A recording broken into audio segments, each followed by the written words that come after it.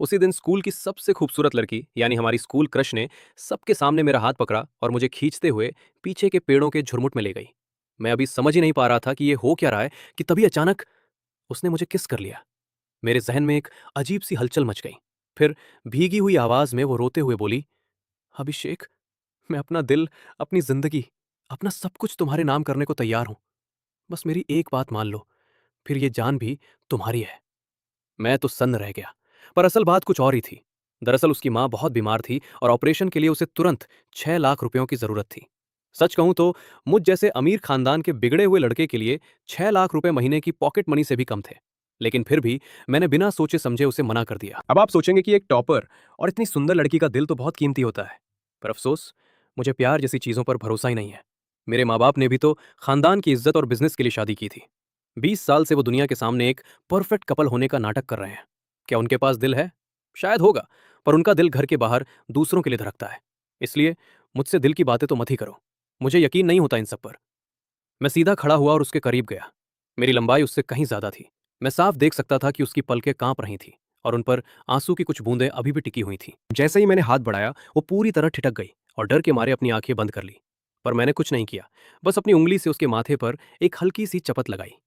सफेद पड़ चुकी नताशा हक्की बक्की रह गई। उसने अपनी आंखें खोली और बड़ी हैरानी से मुझे देखने लगी।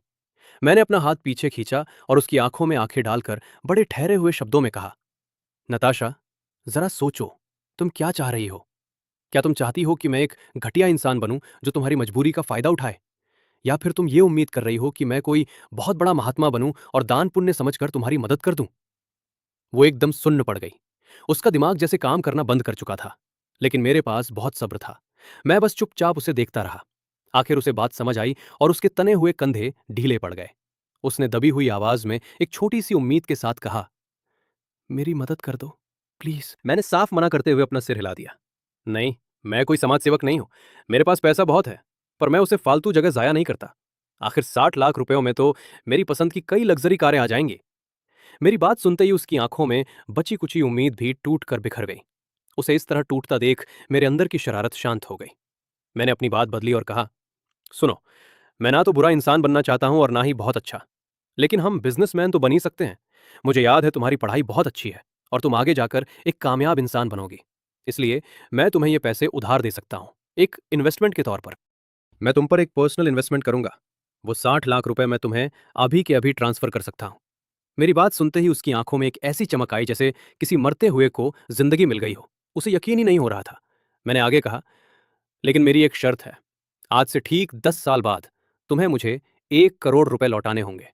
ब्याज ज्यादा नहीं है और तुम्हारे जैसी टैलेंटेड लड़की के लिए यह कोई बड़ी बात नहीं होगी। साथ ही तुम्हें 1 महीने बाद होने वाले एंट्रेंस एग्जाम में टॉप करके देश के सबसे बड़े कॉलेज में एडमिशन लेना होगा। ये इस बात का सबूत होगा कि तुम मेरा पैसा लौटाने के काबिल हो। बस समझ लो कि ये मेरे बिजनेस की एक छोटी सी शर्त है। उसने बिना एक पल गंवाए पागलों की तरह सिर हिलाकर हाँ कह दिया। उसे डर था कि कहीं मैं अपनी बात से मुकर न जाऊं। मैंने उसे अपना नंबर दिया और बिना पीछे मुड़े वहां से निकल गया। मुझे फर्क नहीं पड़ता था कि अब उसके चेहरे पर क्या भाव है। जैसे ही मैं उस जंगल से बाहर निकला, सूरज की गुनगुनी धूप मुझ पर पड़ी। सच कहूं तो मुझे इस बात की कोई परवाह नहीं थी कि वो पैसे लौटाएगी या नहीं। मेरे लिए ये रकम कोई मायने नहीं रखती। ये सारी शर्तें और कॉन्ट्रैक्ट तो बस दुनिया को दिखाने के लिए है, ताकि कल को हर कोई मुंह उठा के मुझसे पैसे मांगने ना आ जाए। मेरे लिए तो ये सौदा बड़ा सिंपल था। 60 लाख रुपए में मैंने खुद के लिए एक अच्छा काम करने का सुकून खरीदा था और साथ ही स्कूल की सबसे मशहूर लड़की को अपनी शर्तों पर झुकते हुए देखने का मजा भी लिया। ये घाटे का सौदा तो बिल्कुल नहीं था। वकील से बात करने के बाद मैंने एक टाइम और जगह फिक्स की और कॉन्ट्रैक्ट की कॉपी नताशा को भेज दी। बस मेरा काम खत्म। अब मैं अपनी असली मंजिल की तरफ बढ़ गया। स्कूल का वो एक्टिविटी रूम जहां मेरी बचपन की दोस्त काव्या मेरा इंतजार कर रही थी। खिड़की से झांक कर देखा तो नजारा कुछ और ही था। काव्या एक आवारा से दिखने वाले लड़के के साथ बड़ी हंसी मजाक में लगी हुई थी। काव्या का परिवार और मेरा परिवार बरसों पुराने दोस्त हैं। बिजनेस में भी अच्छी पार्टनरशिप है, तो हमारा बचपन का साथ होना लाजमी था। खैर, काव्या से ज्यादा मुझे उसकी बड़ी बहन मानवी से मतलब है। वो सही मायनों में एक क्वीन है। बेहद खूबसूरत, तेज दिमाग और गजब की पर्सनालिटी। सबसे अच्छी बात यह है कि वो मुझ पर जान छिड़कती है। वो मुझे जब भी पॉकेट मनी देती है तो वो हमेशा लाखों में होती है। मुझ जैसे ऐश परस्त इंसान के लिए तो वो चलता फिरता एटीएम है। ऊपर से मजे की बात यह है कि मानवी की सगाई बहुत जल्द मेरे बड़े भाई आर्यन से होने वाली है। यानी जल्द ही वो मेरी सगी भाभी बन जाएगी। अब तो मेरी रईसी वाली जिंदगी और भी पक्की हो गई है। लेकिन पिछले कुछ दिनों से एक मुसीबत खड़ी हो गई है। काव्या उस आवारा लड़के के चक्कर में पड़कर अपनी पढ़ाई लिखाई सब भूल चुकी है। उसके ग्रेड्स लगातार गिरते जा रहे हैं। बड़ी बहन मानवी ने मुझसे इस बारे में पूछा तो मुझे समझ आ गया कि अब मुझे दखल देना ही पड़ेगा। आखिर मैं उनसे लाखों रुपए जो लेता हूं तो थोड़ा बहुत काम करना तो बनता ही है। अभी मैंने कमरे का दरवाजा खोला भी नहीं था कि अंदर से भागकर आते हुए एक लड़के से मेरी टक्कर हो गई। वो लड़खड़ाते हुए 2 कदम पीछे हटा। उसकी आंखों में जिल्लत और गुस्सा साफ दिख रहा था। मैं उसे पहचानता था। ये वही गरीब स्टूडेंट था जिसकी काव्या पहले आर्थिक मदद किया करता थी। पढ़ने में तेज था और स्वभाव से सीधा। उसकी हालत देखकर मुझे सब समझ आ गया। ये वही पुरानी घिसी पिटी कहानी थी। गरीब लड़के को अपनी हमदर्द अमीर लड़की से प्यार हो गया, लेकिन लड़की को तो किसी आवारा लड़के से इश्क था। मुझे उसे देखकर हंसी आ गई। बेचारा अभी नासमझ है। हम जैसे रईस लोगों के लिए किसी की मदद करना बस एक आदत होती है, अपनी हैसियत दिखाने का एक तरीका। इसका मतलब ये बिल्कुल नहीं कि हम कोई बहुत नेक इंसान हैं। अगर सच में एहसान मानना है तो मेहनत करके ऊपर पहुंचो और फायदे से हिसाब बराबर करो। इसी को दुनियादारी कहते हैं। लेकिन अगर तुम इसमें इमोशंस घुसाओगे तो सिर्फ अपना दिल ही तुड़वाओगे। मैंने उसे नजरअंदाज किया और आधा खुला हुआ दरवाजा ढकेल कर अंदर चला गया। अंदर काव्या उस आवारे लड़के डैनी के साथ बातें कर रही थी और खिलखिलाकर हंस रही थी। लेकिन जैसे ही उसकी नजर मुझ पर पड़ी, उसकी हंसी गायब हो गई। उसके माथे पर बल पड़ गए और उसकी आवाज में एक अजीब सी चिड़चिड़ाहट और शक साफ झलक रहा था। अभिषेक, तुम यहाँ क्या कर रहे हो?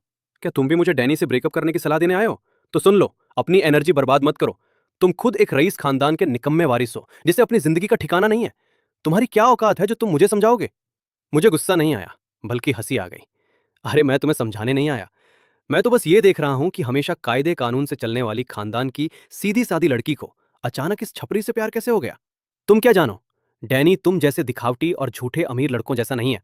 वो अपनी शर्तों पर जीता है, वो आजाद है। उसने डैनी का हाथ थाम लिया, जैसे वो कोई उसका भगवान हो। यही असली जिंदगी है।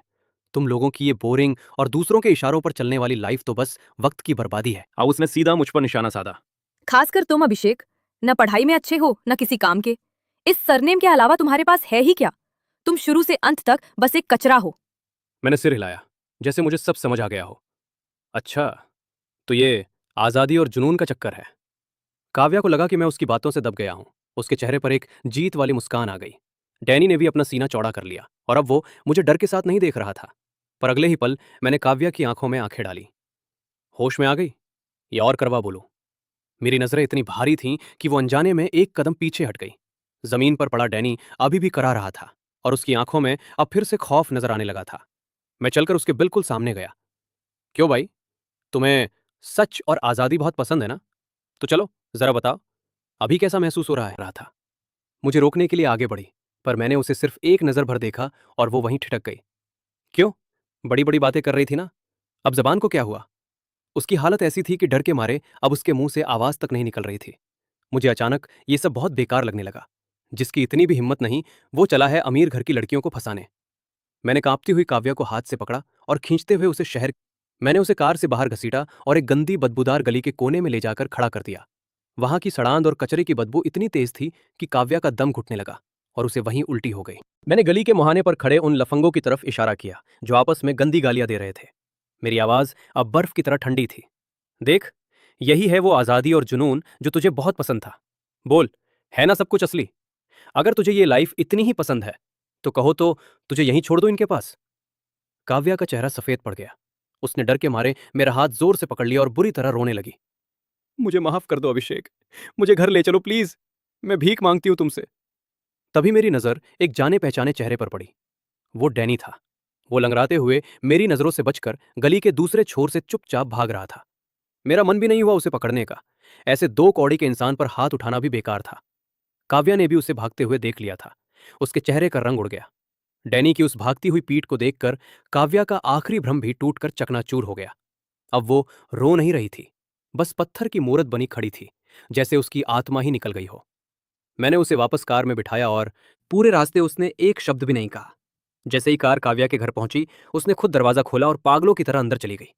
मैं कार से नीचे नहीं उतरा, सीधे ड्राइवर को घर वापस चलने का इशारा किया। उसी रात मेरे फोन पर एक मैसेज आया। ये मानवी का था। शुक्रिया। मैंने बस एक वेलकम वाला इमोजी भेज दिया। मुझे लगा बात यहीं खत्म हो गई। और हुआ भी यही। अगले 2 दिन काव्या के घर पर एकदम शांति रही। मुझे पता था कि ये सब मेरी होने वाली भाभी मानवी नहीं संभाला है। मुझे खुशी थी कि मेरी चाल कामयाब रही और अब मेरी रईस और ऐश परस्त जिंदगी एकदम सुरक्षित है। लेकिन अगले ही दिन मेरी हंसी गायब हो गई, क्योंकि डैनी की मौत हो गई थी, एक कार एक्सीडेंट में। खबर सुनते ही मेरा माथा ठनक गया। मेरी होने वाली भाभी मानवी मेरे अंदाजे से कहीं ज्यादा बेरहम और खतरनाक निकली। मुझे अचानक अपने आसपास के लोग डरावने लगने लगे। यहाँ हर किसी ने चेहरे पर एक नकाब पहन रखा है और वो अपने रास्ते में आने वाले हर पत्थर को बड़ी बेरहमी से हटा देते हैं। मेरा पढ़ा लिखा और परफेक्ट बड़ा भाई आर्यन भी ऐसा ही है, और अब मानवी भी वैसी ही निकली। सिर्फ मैं ही यहाँ सबसे अलग हूँ, एक ऐसा इंसान जो बस चैन से जीना और खाना चाहता है। ये सोचकर ही मेरे बदन में एक सिहरन दौड़ गई। मैं झटके से बिस्तर से उठा। मुझे अभी के अभी यहां से निकलना होगा। इन बेरहम लोगों से जितना दूर रहूं उतना अच्छा, क्योंकि जिंदा रहूंगा तभी तो ऐश कर पाऊंगा। मैंने किसी को कुछ नहीं बताया। अगली सुबह मैं अपना पहले से तैयार किया हुआ सूटकेस लेकर नीचे उतरा। मेरी माँ लिविंग रूम में बड़ी नजाकत के साथ अपनी मॉर्निंग टी पी रही थी। मुझे देखकर उन्होंने बस अपनी पलकें उठाईं और बड़े शांत लहजे में बोली, कहाँ जा रहे हो?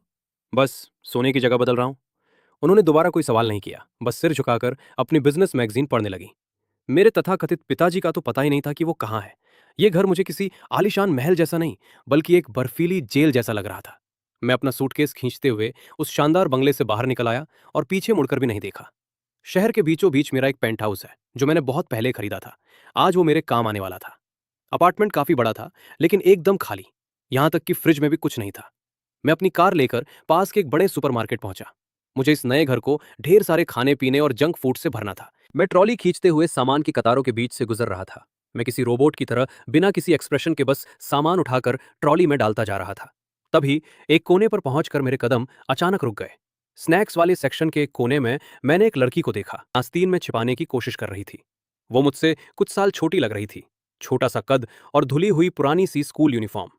चेहरा तो उसका काफी मासूम और साफ सुथरा था, पर हाथ शायद थोड़े मैले थे। मैं चुप रहा और वहीं रैक का सहारा लेकर हाथ बांधे खड़ा हो गया। मैं बड़े मजे से उसे देख रहा था। उसे ब्रेड छिपाने में काफी मशक्कत करनी पड़ रही थी। उसकी आस्तीन छोटी थी और ब्रेड का पैकेट काफी बड़ा। वो बार बार कोशिश कर रही थी। घबराहट के मारे उसके माथे पर पसीने की बूंदें चमकने लगी थी। तभी अचानक उसे शायद एहसास हुआ कि कोई उसे देख रहा है। वो वहीं जम गई और धीरे धीरे अपनी गर्दन उठाई। हमारी नजरें एक दूसरे से टकराईं। मैं बस खामोश खड़ा उसे घूरता रहा। अगले 10 सेकंड के अंदर उसके चेहरे का रंग सफेद से एकदम सुर्ख लाल हो गया। उसकी बड़ी बड़ी आंखों में पहले खौफ दिखा, फिर घबराहट, और आखिर में वो गहरी शर्मिंदगी और जिल्लत से भर गईं। ब्रेड पकड़े हुए उसके हाथ बुरी तरह कांप रहे थे, और तभी तपाक से वो पैकेट जमीन पर गिर गया। ऐसा लगा जैसे उसके शरीर की सारी ताकत खत्म हो गई हो। वो पूरी तरह टूट गई और अपना सिर झुका लिया। मैंने मन ही मन सोचा। मैं उसके पास गया, झुककर वो ब्रेड का पैकेट उठाया और अपनी ट्रॉली में डाल दिया। इसके बाद मैंने बिना कुछ सोचे समझे बगल वाले रैक से बिस्किट, चॉकलेट और टॉफियों के ढेर सारे पैकेट उठाए और अपनी ट्रॉली में भर लिए। देखते ही देखते मेरी ट्रॉली सामान के पहाड़ जैसी दिखने लगी।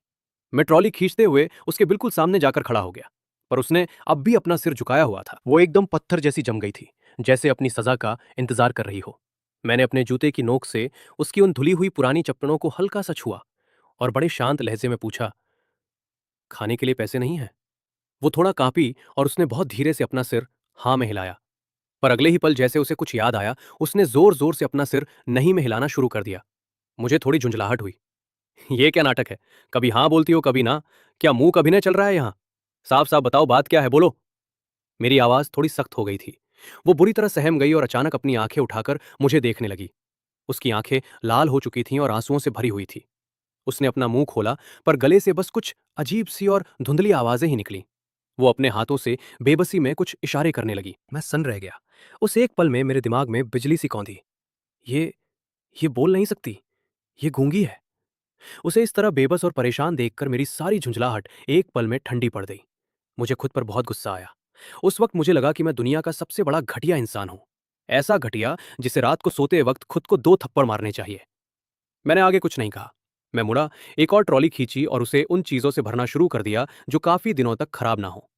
जब 2 ट्रॉलियां सामान से पूरी तरह भर गईं, तो मैंने उसे अपने पीछे आने का इशारा किया। उसे शायद समझ नहीं आ रहा था कि हो क्या रहा है। मुझे समझाने में कोई दिलचस्पी नहीं थी, इसलिए मैंने सीधे उसका हाथ पकड़ा और उसे बिलिंग काउंटर की तरफ ले गया।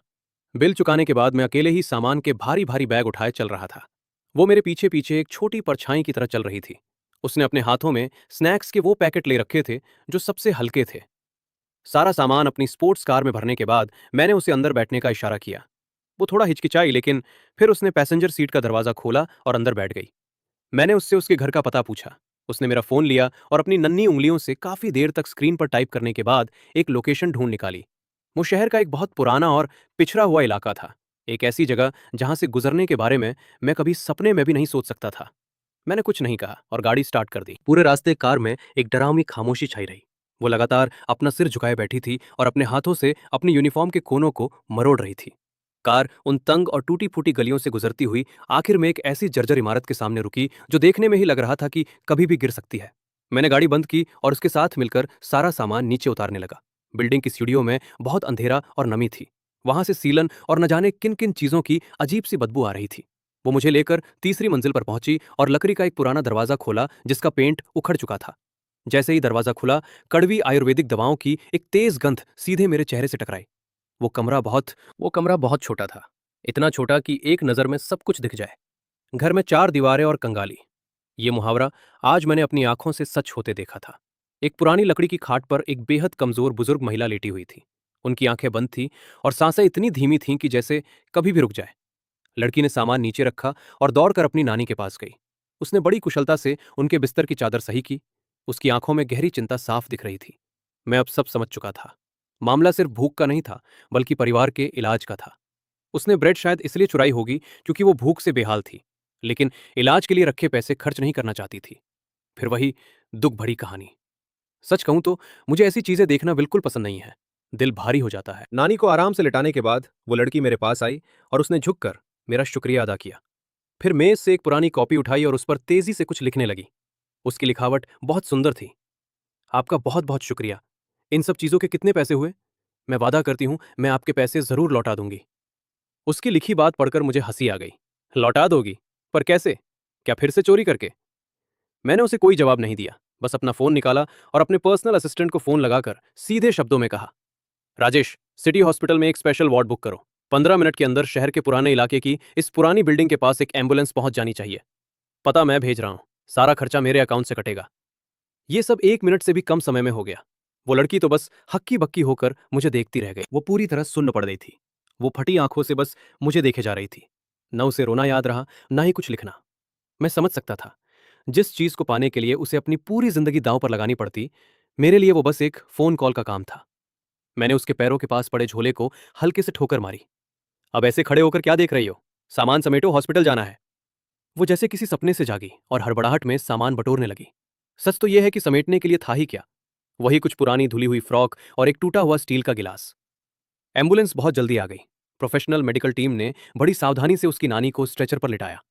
उस पूरे वक्त में उस लड़की ने मेरी शर्ट का कोना कसकर पकड़ रखा था, जैसे उसे डर हो कि मैं कहीं अचानक गायब ना हो जाऊं। मुझे थोड़ा अजीब तो लग रहा था, पर मैंने उसका हाथ झटकने की कोशिश नहीं की। हॉस्पिटल पहुंचते ही सब कुछ बड़ी आसानी से सेटल हो गया। सिंगल लग्जरी वार्ड, 24 घंटे देखभाल के लिए नर्स और शहर के टॉप डॉक्टरों की टीम ने तुरंत चेकअप शुरू कर दिया। मैं उस साफ सुथरे वार्ड की खिड़की के बाहर खड़ा होकर अंदर का नजारा देख रहा था। डॉक्टरों की भागदौड़ और बेड के पास बैठी वो लड़की, जिसके चेहरे पर डर और एहसानमंदी के मिले जुले भाव थे, उसे देखकर मेरे मन में डैनी की मौत की जो कड़वाहट थी, वो थोड़ी कम होने लगी। सच है, पैसा खर्च करके सुकून तो खरीदा जा सकता है।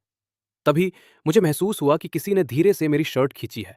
उसने वही पुरानी कॉपी मेरे सामने की जिस पर लिखा था, मैं आपका ये एहसान कैसे चुकाऊंगी।